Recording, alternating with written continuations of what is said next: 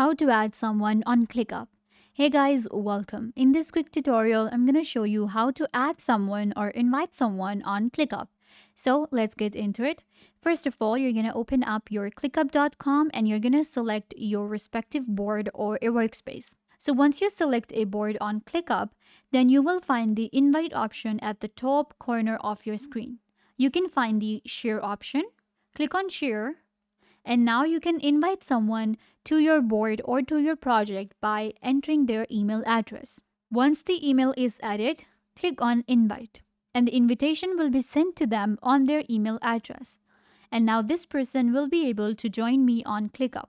Another way to add someone on ClickUp is by selecting the invite option right here on your main menu. Click on invite and now enter the email address. You can also select how you want to invite someone, as a member or as an admin. Enter the email address, click on send invite and they will be added to your ClickUp. I hope that I was a big help. Don't forget to give this video a big thumbs up or leave a comment down below. Turn on bell notification and subscribe to YouTube channel.